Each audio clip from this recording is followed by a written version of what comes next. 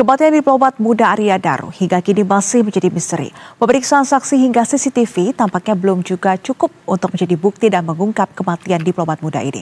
Dan kita akan membahasnya bersama dengan sosiolog kriminalitas UNJ, Juliati Hisham. Selamat sore, Bu Ci. Selamat sore juga, Mbak. Baik, Bu Ci, rekaman CCTV ini kan telah disita dan juga dicek. 5 saksi juga telah diperiksa dan sejumlah bukti juga telah dikumpulkan di TKP. Lantas menurut Anda, apa kemudian hal ini, apakah ini sudah bisa mengungkap kematian dari diplomat muda ini, Bu Ci? Menurut saya belum bisa ya, datanya masih terlalu sedikit yang dikumpulkan. Karena misalnya hal yang paling utama ketika kita melihat kepalanya terlakban, siapa yang melakbannya? Apakah dia mengerjakan sendiri atau dilakban orang? Nah, untuk hal itu menurut saya penting sekali untuk melihat lakban tadi yang pertama kali ditempelkannya tuh di mana gitu loh. Apakah di hidung? Tentu dia nggak bisa napas. Apakah di mulut? Bagaimana caranya dia menempelkan sampai lakban itu rapi seperti itu?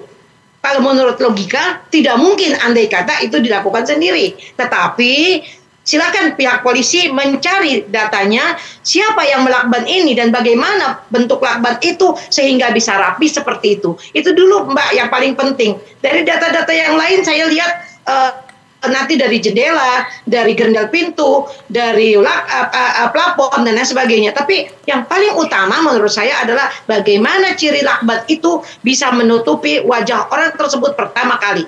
Itu Mbak. Oke. Memang kematian korban yang ditemukan dengan posisi terlakban dan ditutupi oleh selimut ini memang terdengar sangat janggal begitu ya Bu Ci. Tapi dari hasil penyelidikan sudah ditemukan adanya sidik jari korban di lakban tersebut. Lantas bagaimana tanggapan Anda? Sidik jari itu kalau menurut saya bisa saja ditempelkan ketika lakban itu sudah tertempel oleh orang lain atau dari dirinya sendiri. Justru tadi saya katakan, kita paling utama adalah melihat tentang bagaimana proses lakban itu terjadi sebelum proses yang lain. Kalau yang namanya sidik jari itu bisa dilakukan oleh orang, misalnya ada orang lain, bisa ditempelkan sidik jarinya korban. Kalau misalnya pelaku sangat-sangat rapi merencanakan hal ini karena dia sudah memperhitungkannya. Kalau seandainya ini dilakukan oleh orang lain, sudah diperhitungkan dengan tepat sekali. Tapi saya penasaran bagaimana lakban itu bisa sampai rapi seperti itu terlilit di kepalanya si korban. Oke, Bu Ci, kalau Anda melihat dari sisi sosiolog begitu, adakah sebelumnya kasus orang yang bunuh diri dengan cara melilit tubuhnya menggunakan lakban atau seperti apa? Adakah kasus seperti ini sebelumnya? Sepengetahuan saya belum pernah mendengar ya seperti ini gitu. Kebanyakan itu mereka kalau suicide, bunuh diri, itu mereka pakai cara yang lebih mudah, yaitu gantung diri atau dia menyayat tangannya gitu. Tapi kalau dengan dilakban seperti ini tentu prosesnya lebih lama.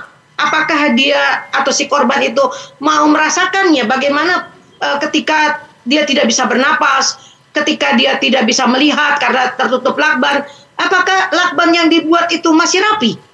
Kalau menurut saya seperti itu. Karena kalau misalnya orang yang bunuh diri karena disayat tangannya ataupun dengan menggantung lehernya, itu mereka tidak perlu merasakan apapun langsung mati. Tapi kalau ini dengan dilakban gitu loh, dia berarti harus merasakan, misalnya dia lakban sendiri, hidungnya ditutup, mulutnya ditutup, matanya tutup, gimana caranya dia pakai lakban serapi itu? Itu membuat saya penasaran.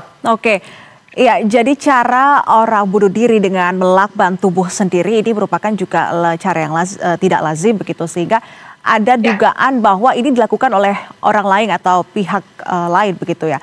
Lantas kalau kita membahas terkait dengan barang bukti yang saat ini sedang didalami oleh pihak kepolisian, salah satunya ini terkait dengan CCTV yang mana ini juga sedang ramai nih Bu, terkait dengan adanya penjaga kos yang dinilai ini cukup mencurigakan karena bolak-balik mondar-mandir sebelum akhirnya korban ditemukan tewas. Bagaimana Anda melihat juga gerak-gerik dari penghuni kos korban tersebut?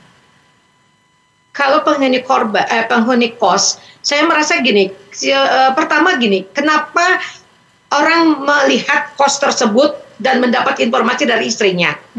Kemudian biasanya reaksi orang kos di sekitar situ, andai kata memang sudah ada rasa seperti bau, 2 hari atau 3 hari itu biasanya sudah bau. Tentu orang curiga, ada apa ya aku bau gitu. Tapi kalau tanpa ada apapun, tiba-tiba orang lewat-lewat ke situ. Pertama harus dicurigai ada kepentingan apa dia di sana. Yang kedua, CCTV itu apakah sudah sesuai kronologis tanggal per tanggalnya, menit per menitnya dari berbagai macam kejadian. Karena itu belum ada informasi dari pihak kepolisian bagaimana isi dari CCTV tersebut. Apakah kronologisnya sudah sesuai dari menit ke menit atau itu ada yang terhapus.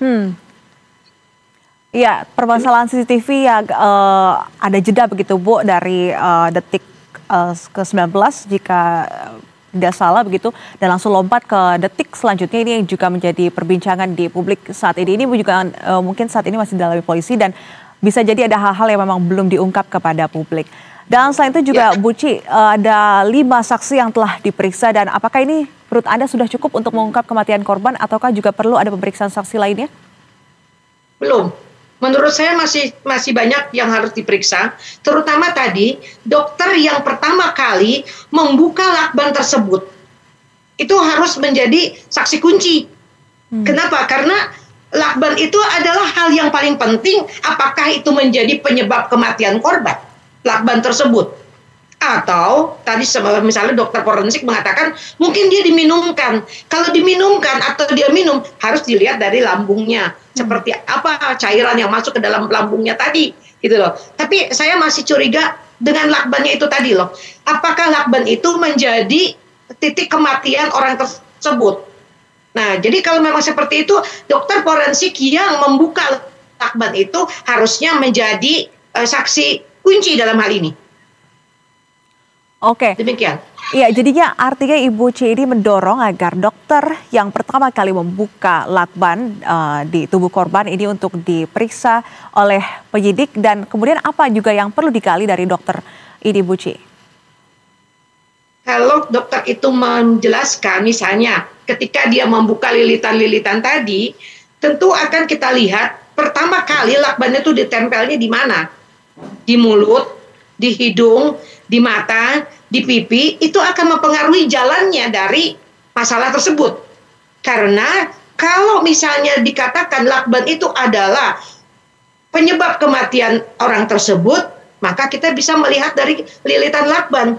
Seberapa kerasnya lilitan itu, atau seperti apa lilitnya itu lakban gitu loh. Itu penting banget. Oke, ini yang juga perlu menjadi perhatian dari pihak penyidik. Oke, Bu Ci ini kan juga tentunya mengikuti kasus ini dari awal, mengetahui juga background dari korban begitu. Dan Anda sendiri menilai bahwasannya ini tidak dilakukan oleh korban sendiri, namun ada pelaku begitu.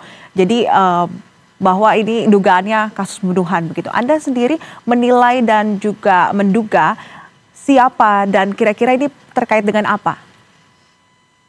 Untuk hal ini masih dibutuhkan waktu panjang ya Mbak, untuk bisa melihat siapa pelaku. Yang paling penting itu kan tadi, matinya itu kenapa? Baik. Gitu. Apakah karena tadi lakbannya atau yang lain? Nah itu yang pertama. Yang kedua nanti kita baru cari motif. Nah kalau sudah seperti itu baru kita ketemu apa ya, siapa ya gitu seperti itu. Tapi kalau ini yang pertama dulu, karena sampai sekarang ini kita belum tahu matinya itu kenapa. Apakah karena lakban, atau karena dia minum racun, atau apa kenapa? Itu paling penting. Itu dulu yang pertama. Karena untuk bisa menggali ini memang butuh waktu yang lama Mbak. Nggak bisa 3 hari 4 hari nggak bisa. Karena dulu gitu. Yang utama tadi matinya kenapa? Oke. Ya, saat ini pihak kepolisian juga masih menunggu terkait dengan hasil otopsi organ dalam dari korban yang sebelumnya juga sudah dilakukan pemeriksaan. Jadi artinya memang ini perlu digali secara lebih komprehensif oleh penyidik untuk mengungkap kematian korban, begitu ya Bu Ci? Ya, setuju. Baik, terima kasih Sosiolog Universitas UNJ atas informasi Anda, Ci Juliati Hisyam. Sudah bersedia juga berbincang bersama kami di Berita Satu Sore, dan selamat kembali beraktivitas.